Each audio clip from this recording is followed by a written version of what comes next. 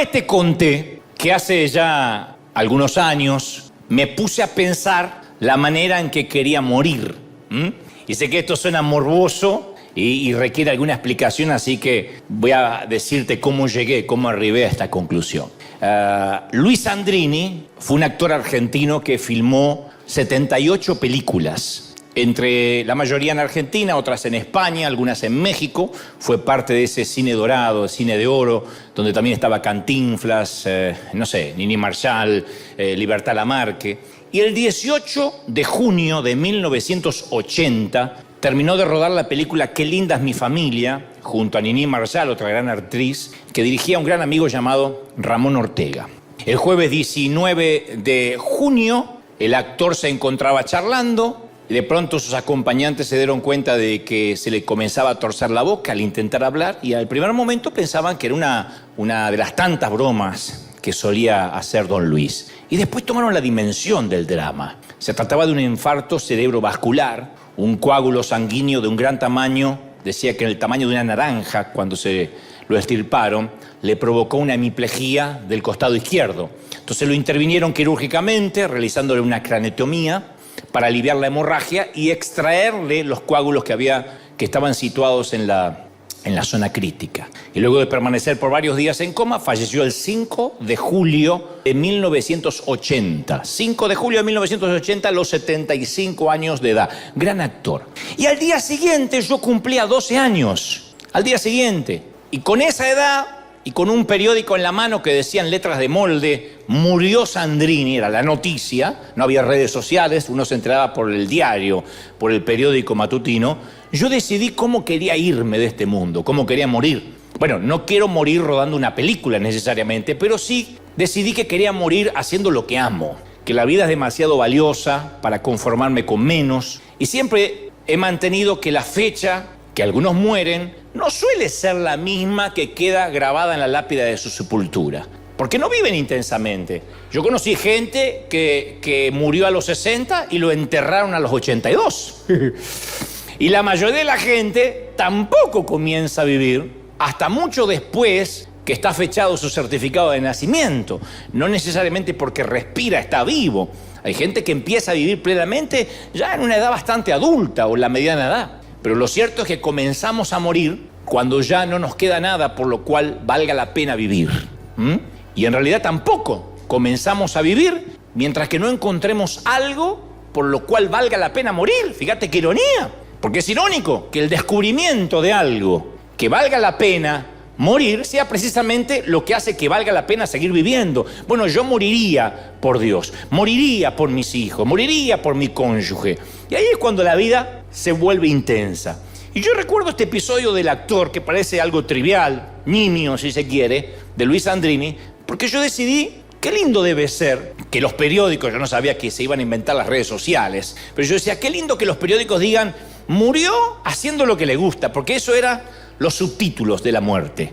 Murió rodando una película, murió actuando. No estaba senil, abandonado en un geriátrico, de modo que dijeron, mira vos, murió. Ya no se sabía nada de la vida de él en los últimos años. No, estaba ahí en el plató, en el set. Por eso yo insisto con la frase que no hay que vivir muriéndose, sino que hay gente que está toda la vida, todos los días muriéndose un poquito. No hay que morir todos los días, sino que hay que vivir todos los días sabiendo que si bien la muerte es cercana y si bien la muerte puede estar a la vuelta de la esquina, cuando uno vive intensamente, degustando cada día, comiéndose una buena porción de la vida todos los días, lo vive de manera tal que cuando llega la muerte es simplemente un trámite, diciendo, bueno, he hecho lo mejor, amé, serví, no me fui muriendo todos los días, sino que la muerte me sorprendió vivo, que la muerte nos sorprenda vivo. Y la muerte define nuestras prioridades. Y de una manera extraña, la inminencia de la muerte nos va intensificando la vida. Cuando sabemos que nos tenemos que ir. Yo pregunto una y otra vez siempre en las conferencias, ¿qué tal si tratáramos cada día como el último día de nuestras vidas? ¿Cómo cambiaría nuestra manera de tratar a la gente? ¿Cómo cambiaría nuestro día, nuestra rutina? ¿Cómo usaríamos el tiempo? Que hablamos de eso el domingo pasado. ¿Cómo cambiarían nuestras prioridades en la vida? Si supiéramos que, bueno, me quedan 24 horas. Y yo pregunto, ¿por qué tantos esperan estar a punto de morir para comenzar a vivir realmente? ¿Qué se supone que están esperando. Y la mayoría comienza persiguiendo una pasión, diciendo voy a ser astronauta, voy a ser policía, voy a ser actor. Y en algún momento se conforma con un salario y empieza a vivir mediocremente. Y en lugar de edificar una vida, todo lo que hacen es ganarse la vida, pagar gastos, sobrevivir un día más en el peor de los casos. Entonces yo estoy consciente de que sí, que hay que pagar los gastos. Estoy consciente de que hay que honrar las deudas, sacar la basura y de tanto en tanto, una vez cada año bisiesto, invitar a la suegra. Estoy consciente de eso. Pero yo hablo de esas personas que son exitosas, pero que también son infelices. Esas personas que tienen éxito, pero que no tienen felicidad. Son los famosos fracasados con éxito.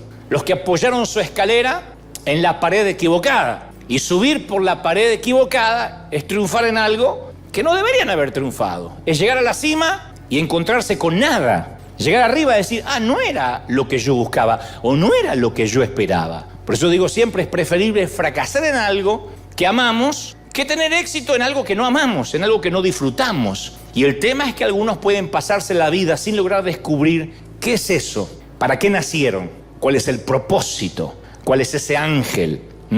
¿Para qué nacimos? Hay gente que viene a la iglesia y no tiene propósito en la vida.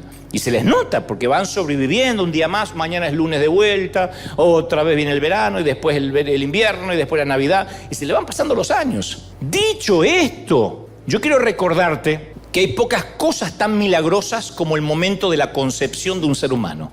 Yo sé que parece infantil, pero a veces se nos olvida que un espermatozoide, como nos dijeron cuando éramos chicos, llega a un óvulo y todos los datos genéticos que determinan quién va a ser esa persona, desde los rasgos faciales hasta la personalidad, quedan codificados dentro de esa primera célula que se forma entre la unión de ambos.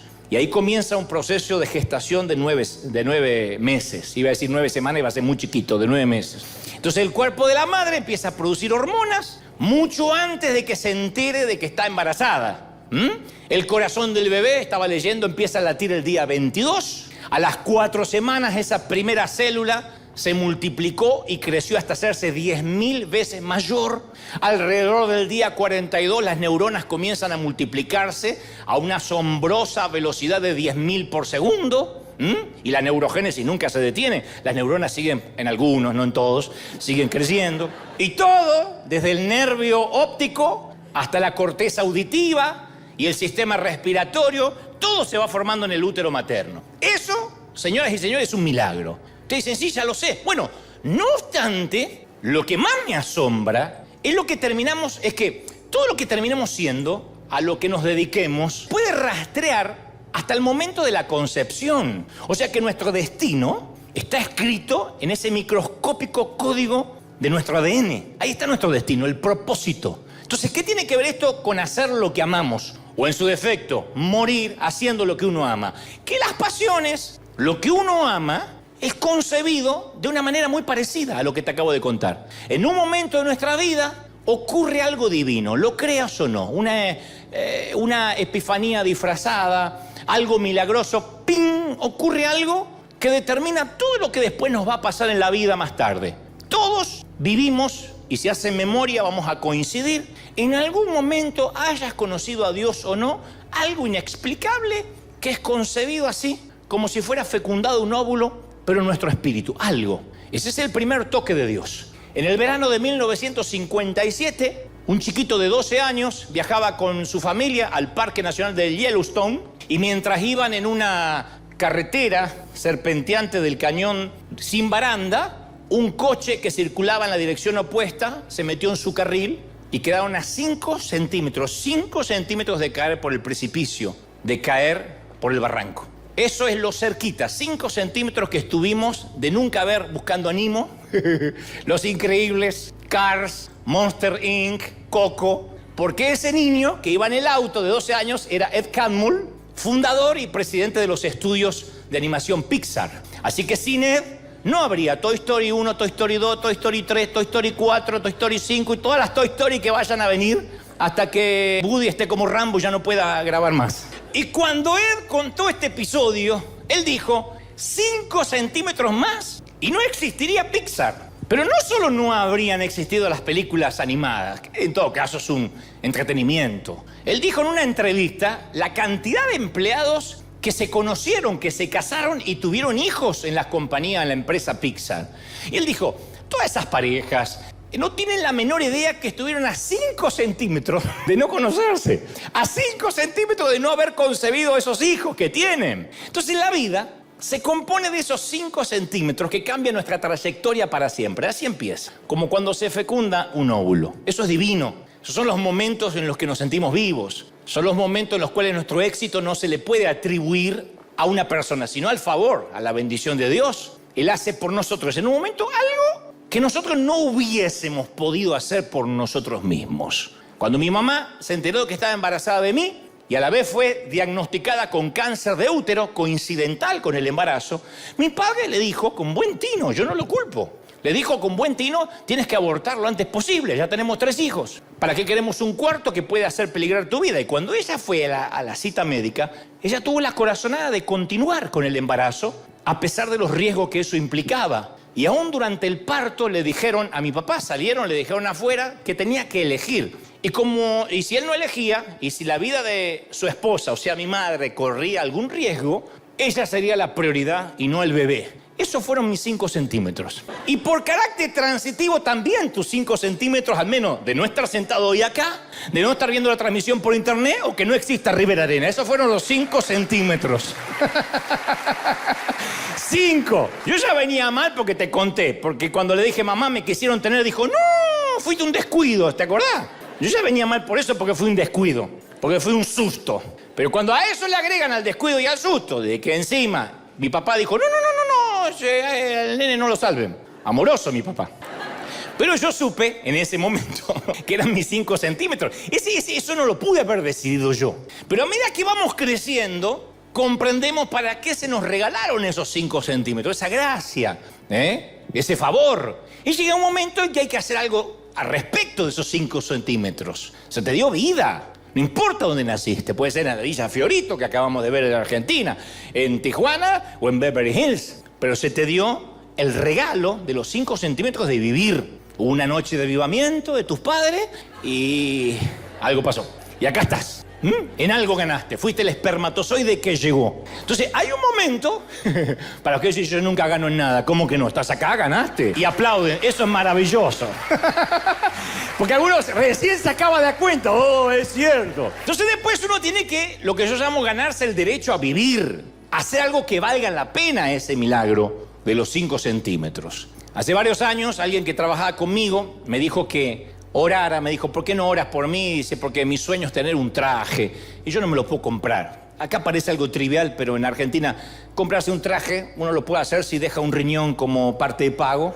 En ese momento era imposible. Entonces yo le dije, bueno, voy a orar para que te puedas comprar un traje. Pero fue como que si Dios me dijera, ¿por qué me lo estás pidiendo a mí? Si vos sos el que tenés un traje extra, no yo. Entonces decidí dejar de orar y actuar. Y le dije a mi amigo que tenía un traje para regalarle. Y así me convertí en la respuesta a mi propia oración. ¿Por qué pedirle algo a Dios que está dentro de mis posibilidades de hacerlo yo? Entonces, hay algunas cosas que tenemos que hacer sin la necesidad de orar. O sea, no necesitamos orar para amar al prójimo. No tenemos que orar para dar con generosidad.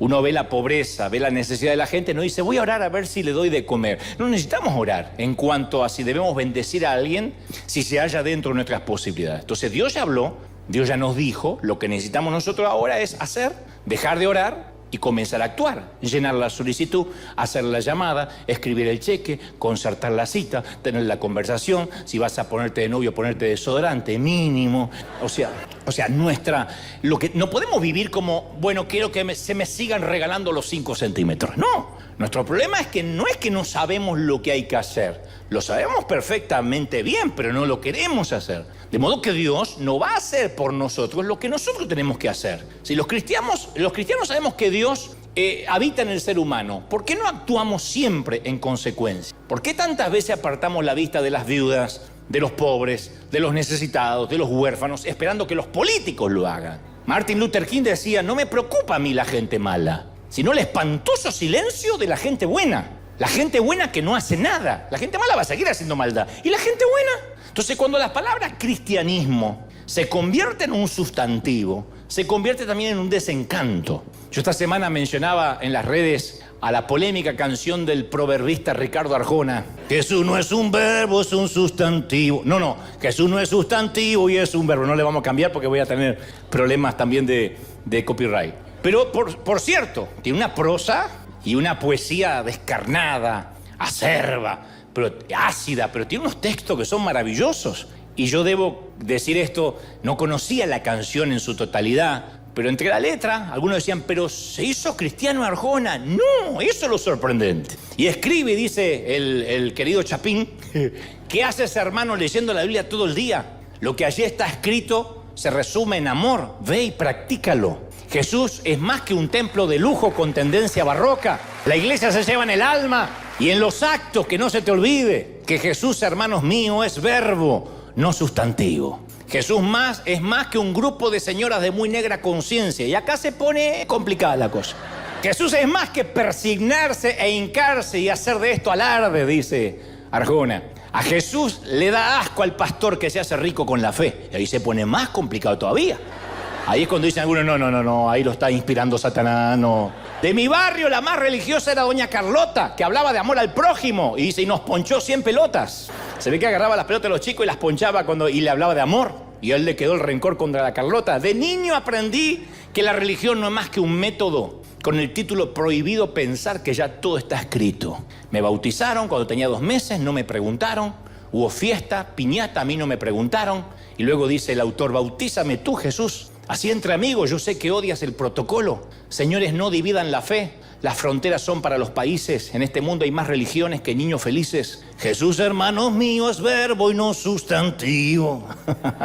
Y cuando lo leía, lo primero que me vino a la mente, por si no te gusta Arjona, y dice, ¿cómo está mencionando a Arjona? Ya Miguel del Cel me lo aguanté, ahora Arjona. Entonces te va a gustar el libro de los Hechos. Porque el libro de los Hechos no es el libro de las ideas, de las teorías, de los sermones. Es el libro de los hechos. Hechos. Y si la iglesia del siglo XXI habláramos menos e hiciéramos más, tal vez causaríamos el mismo impacto que la iglesia del siglo I. Entonces hay gente que vive como si estuvieran esperando que Dios les dijera, bien pensado, siervo fiel, bien dicho, predicado y debatido en las redes, siervo fiel. Pero Dios no va a decir ninguna de esas cosas. Solo hay un elogio en Mateo 25, 23. Hiciste bien, buen siervo y fiel. Hiciste bien, porque Dios pagará a cada uno lo que merezcan sus obras. Romanos 2:6. Pero hiciste bien y le pagará por lo que hiciste. Alguien tiene que aplaudir más que eso si de verdad están convencidos, ¿sí o no?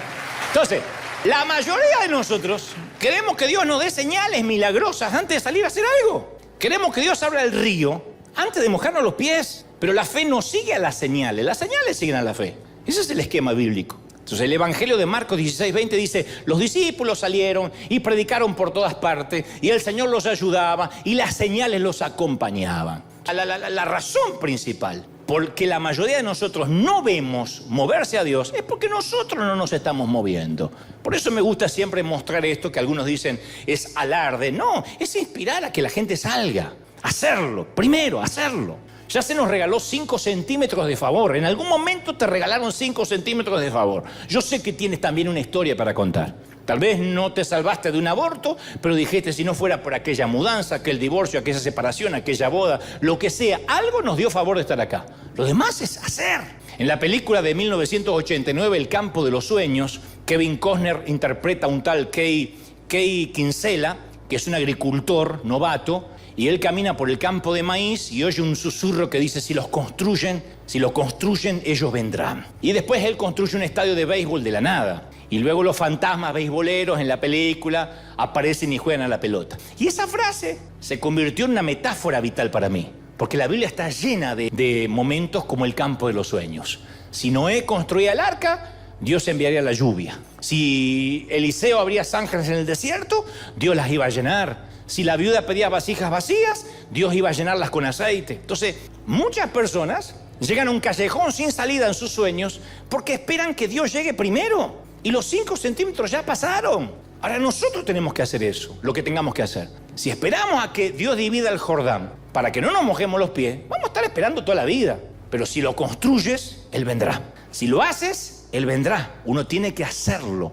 Entonces la palabra cristianismo, como dice Arjona, no nunca fue pensada como un sustantivo. Dios siempre quiso que fuera un verbo y hay que aprovechar las oportunidades de servir, porque las palabras ya son baratas y nosotros ya abaratamos bastante el cristianismo. Y Dios no recompensa lo que sabemos, Dios no recompensa lo que decimos, Dios no recompensa lo que defendemos, Dios recompensa lo que hacemos por los que necesitan. ¿Estamos de acuerdo, sí o no? Por eso somos River, por eso somos un granero. Dios recompensa lo que hacemos, lo que damos. En nuestro programa de tele, en la primera parte, antes de entrevistar a la persona famosa, a la celebridad, siempre mostramos decenas de personas que son héroes, que hacen tareas solidarias por el resto. Y desde una mamá que perdió un chiquito en su batalla contra las drogas, y como el chico se suicidó, catalizó ese dolor ayudando a otros, hasta motoqueros barbudos que dan de comer, o médicos que donan una hora de su tiempo. Y el periodista que trabaja para nosotros me dice, lo que encontramos en estas ONG no son necesariamente gente cristiana. Algunos son ateos, otros son agnósticos, católicos, hay musulmanes, judíos, evangélicos. Dice, y hay gente que se dedica a hacer, no se pone a pensar si es de Dios o no es de Dios. Se conmueve por algo y decide hacer. Y algunos no hacen porque creen que predicar es solo hablar. Y creo que cuando uno cree que predicar solo es hablar, hay un viejo adagio que dice, preparados, listos ya. Voy a ir cuando esté listo. Y yo sé que es importante la preparación, pero me parece que es al revés. En realidad nunca vamos a estar preparados. Hay gente que dice, yo cuando esté preparado voy a servir. Y mientras la gente tiene hambre, nunca vamos a estar listos, nunca. Algunas veces solamente necesitamos ir, cambiar el paradigma, decir ya, listos, preparados. Me voy preparando en el camino. Hay quienes se pasan toda la vida preparándose para algo que Dios les dijo que hagan, pero nunca llegan a hacerlo, porque no se dan cuenta que nunca van a estar suficientemente preparados. Yo nunca me sentí preparado para hablar a la gente, nunca. Yo te conté un montón de veces que yo confundí los profetas, los apóstoles, subí a Moisés al arca, le prendí una zarza a Noé, un burro se tragó a Jonás. Yo hice unos desastres, pero yo quería hacer algo. Pues yo decía, yo quiero, a los 12 años dije, yo quiero morir haciendo algo que amo, inspirando. Entonces nunca tendrás suficientes estudios, nunca tendrás suficiente experiencia, nunca tendrás suficiente dinero. La vida pasa muy rápido, solo tienes una oportunidad. Entonces en algún momento dejas de orar para hacer. Y yo estoy absolutamente convencido de que el elemento que predice el éxito en cualquier empresa es la persistencia, no tanto la preparación, el persistir, el estar, el hacer. No se trata de cuánto nos esforcemos, sino cuánto tiempo nos estemos esforzando. ¿Me siguen, sí o no? Pues me miran con la cara me diciendo esforzar. Gálatas 6:9 dice, no nos cansemos de hacer el bien, porque a su tiempo, ¿qué dice? Cosecharemos. Si no nos damos por vencidos. Claro, porque a veces uno sale a ayudar a alguien y no te dan ni siquiera las gracias. Yo te conté muchas veces que en plena pandemia empezamos a salir acá por el barrio y a veces me agarraba un ataque de caspa. Decía, este señor, llévatelo porque te lo mando, te da bronca. Ay, ¿qué trajeron? No tienen leche de almendra. Pero si por la oreja te voy a meter la almendra, no te das cuenta que estamos en pandemia, condenada. Es increíble, como si venía la entrega al mercado, esto no fue lo que pedí. Y después otros te decían, ay, no estamos muriendo de hambre. Y a veces uno se cansa, no voy más. Pero dice, uno va a cosechar si no se cansa de hacer el bien. Y nosotros tendemos a sobrevalorar las cosas que logramos a corto plazo, en microondas. Pero infravaloramos, no valoramos las cosas que se consiguen a largo plazo. Entonces, mientras más duro uno trabaje y más tiempo trabaje, más resultados vamos a producir. Pero uno a veces se cansa y dice, no, pero yo lo que estoy haciendo... A veces enviamos, durante la pandemia, que yo te conté que enviamos tantos recursos a todo el mundo, había gente que ni gracias nos decía. Y uno dice, tengo que seguir porque hay gente que sí o sí lo necesita, independientemente de que te digan gracias o no, o que lo valoren o no. Realizaron un estudio a chiquitos japoneses e hispanos. Japoneses por un lado e hispanos por otro lado. Chiquitos de primaria.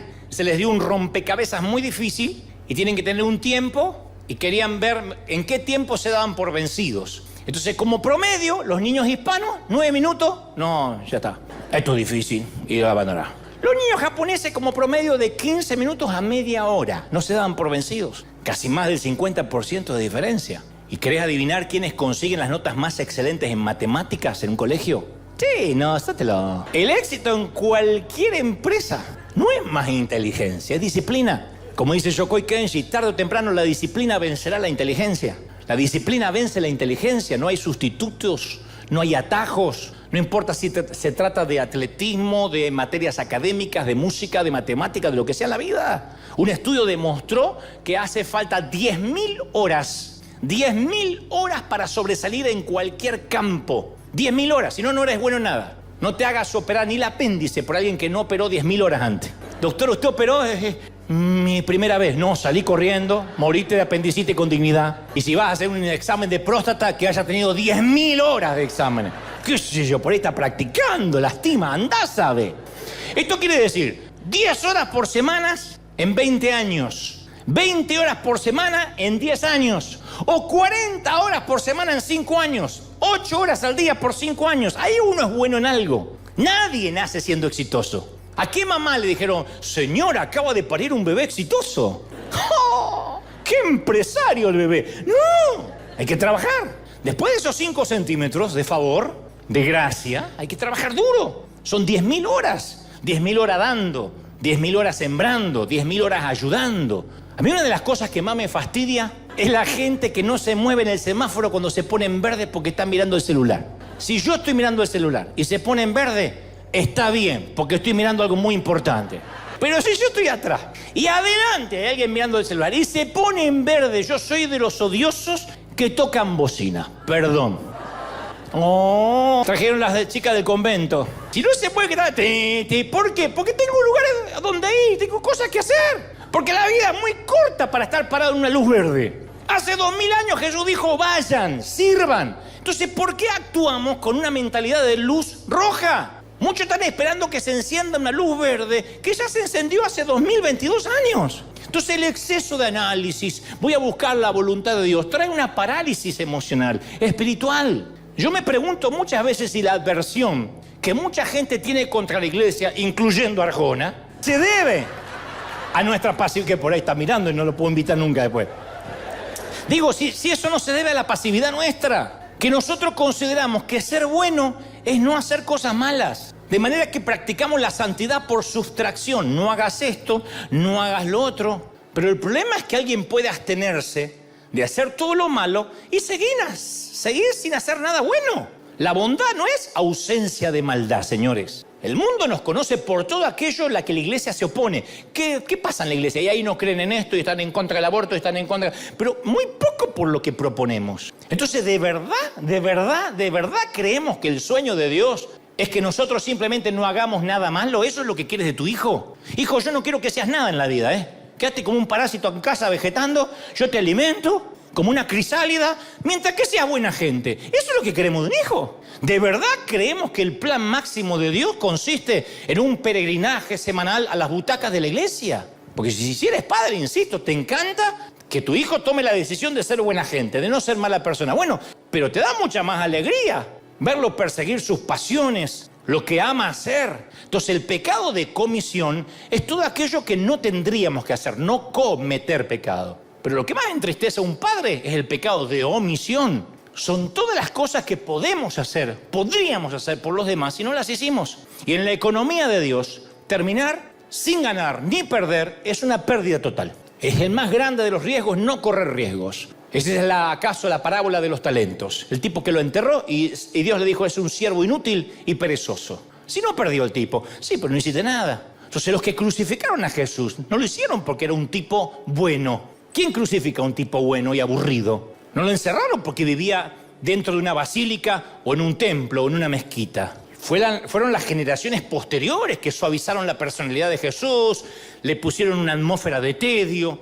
hicieron de Jesús un gatito casero para sacerdotes pálidos y viejas chismosas, que acá no hay, pero vienen al otro servicio. Por eso la gente en las redes dice, ay, así no hablaría Jesús. Jesús no hablaría así. ¿Qué cuerno sabés cómo hablaría Jesús? Pero creen que Jesús era un hippie bueno, medio drogado. Amados unos a otros. Ese es John Lennon, no Jesús. Entonces, los que seguimos los pasos de Cristo, tendríamos que tener la pasión que Él tenía. La palabra entusiasmo está formada por la combinación de dos palabras, en y teos, que significa en Dios. Y mientras más conocemos a Dios, más apasionados deberíamos ser. Yo te cuento algo muy interesante, para no aburrirte. La segunda ley de la termodinámica expresa esta verdad física. Todo lo que hay en el universo se mueve hacia el desorden y el deterioro. Todo. Los autos se oxidan, la comida se pudre y, por supuesto, estás envejeciendo. Pegale una mirada al de al lado y decís, ¿verdad? Mira cómo sabe Dante. O sea, a excepción yo, que voy un poquito más lento, ustedes están envejeciendo rápido. A esa ley se la llama ley de la entropía. La única manera de impedir la entropía es introducir una fuente externa de energía que la contrarreste, que no es el Botox. El término técnico de esto es negentropía. El refrigerador, por ejemplo, la nevera es un gran ejemplo, la heladera. Entonces lo conectamos a una salida de electricidad y produce un frío que impide que la comida se eche a perder. Si se desconecta el refrigerador de la energía, la entropía entra en acción de vuelta. Y las cosas comienzan a tener mal olor, aunque sea leche de almendra. Se pone mal olor. Tomá, si estás mirando. Entonces, pobre señora, pero me da bronca, porque era... Entonces, hace muchos años, mis padres comenzaron a sentir un mal olor en casa, yo te conté, y pensamos que el olor se iba a ir solo. No solo no desapareció, sino que empezó a empeorar progresivamente y el mal olor parecía venir de uno de los enchufes de la pared. Y mi viejo quitó el tomacorriente y halló una rata muerta. Se ve que había estado corriendo por entre las paredes huecas, mordió alguno de los cables eléctricos e hizo de nuestra pared su último lugar de descanso. Y cada vez que cuento esa historia, la gente me cuenta experiencias similares. Me dice, sí, una vez un paquete de carne se salió de la bolsa y se pudrió debajo del asiento delantero del auto. O la leche se derramó sobre la alfombra del piso y se pudrió. Ahora, ¿no es lo mismo que nos pasa cuando nos desconectamos de Dios? La vida se mueve hacia el deterioro y el desorden. Entonces, ¿cómo uno supera las tendencias entrópicas? Si la vida es entropía, entonces invertir nuestras energías en una visión, en algo que ayude a la gente, es enchufarnos al refrigerador. Proverbios 29:18 dice, donde no hay visión, el pueblo se extravía. Y la palabra extraviarse viene de la palabra entropía. En otras palabras, es un alimento pútrido. En otras palabras, si no hay visión, si la gente no tiene un propósito por el cual levantarse cada mañana, si tu único propósito es pagar el mínimo de la tarjeta, si tu único propósito es pagar el mortgage, la renta, el alquiler, lo que sea, te vas a volver, perdonen la imagen mental, un verdoso montón de mugre lleno de moho, aunque estés perfumado por fuera. Porque donde no hay visión, la entropía domina. Y la visión actúa como conservante. La visión es lo que nos mantiene jóvenes. Cuando un hombre dice, me jubilé y voy a descansar y tiene 60 años, empieza a morir. Yo vi a mi papá morir. A mi papá lo enterré a los 93, murió a los 61. A los 93 se fue de esta tierra, a los 61 fue un muerto en vida. Porque al principio dije, me quedo en casa y después empezó a sobrar. Mi mamá dijo, ay, qué lindo, viejo, te voy a tener en casa, compartir tanto tiempo juntos. Un día duró. Levanta los pies, viejo, que tengo que limpiar. ¿Cómo se ve que no hace nada? Y el viejo parecía que sobraba, arreglaba las plantas, desplantaba, hacía injertos, las volvía a plantar. No sabía qué hacer. Entonces los últimos 30 años estuvo muerto. Y no se rejuveneció. La ley de entropía se los llevó puesto. Yo no voy a decir acá quiénes están desenchufados, pero yo tengo una teoría. La mayor parte de los problemas de la gente, incluso dentro de la iglesia, no es por la abundancia de pecado, sino por la falta de visión, de propósito en la vida. Cuando la energía que debería consumirse exteriormente se consume interiormente, produce implosión. En lugar de arrojar la red, arrojamos piedras. En lugar de extender manos, levantamos dedos acusadores. En lugar de ser buscadores del necesitado, nos hacemos críticos de la gente. En lugar de ayudar a los que sufren, hacemos sufrir a los que ayudan a través de las redes. Y el resultado, espiritualidad cínica. Iglesias hipócritas, diría Arjona. Ojos avaros, buscando verrugas en los demás, ignorando lo que tienen debajo de la nariz. Iglesias divididas, basílicas, sinagogas, mezquitas, templos vacíos. Corazones rotos, iglesias legalistas, religiosas, estúpidas. Y tristemente, gente sin alimentar. Niños confundidos, sin aconsejar, perdidos sin alcanzar, hambrientos sin comer. Nada te va a poner en mayor perspectiva que la visita a un hospital. Cuando te empieces a quejar mucho, yo siempre recomiendo, andate a un hospital, si es posible un hospital de niños. Andate a un hospital de niños, vas a encontrar dos cosas. Primero, no hay ningún ateo ahí adentro, no importa lo que haya creído en la vida. No hay un papá que te diga, no, a mi hijo déjemelo morir de cáncer, no me venga a orar, ¿eh? No hay un ateo, nadie muere ateo. Y nadie ve morir a un hijo y no se permite el lujo de que recen u oren por él. Si quieres tierra fértil para hablar de Dios, un hospital de niños. La segunda cosa, un shock a todos los que nos quejamos. Un shock.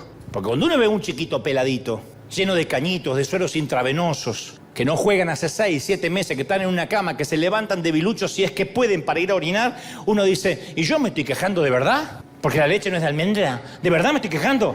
Esa es la universidad de la vida. Pero nada une más a los soldados que una misión común. Deja a los soldados dentro de las barracas, que no vayan al frente y vas a ver qué pasa con las actitudes. Se van a quejar que las camas son muy duras, que la comida es fría, que los jefes son exigentes. Mandá a esos mismos soldados, sacarlos de las barracas, mandalos a las trincheras, que tiren algunos tiros, que le exploten las granadas alrededor. Y vas a ver que los dormitorios dejan de ser aburridos, les va a aparecer el cielo, las camas van a ser grandiosas, la comida un banquete, los jefes un ejemplo.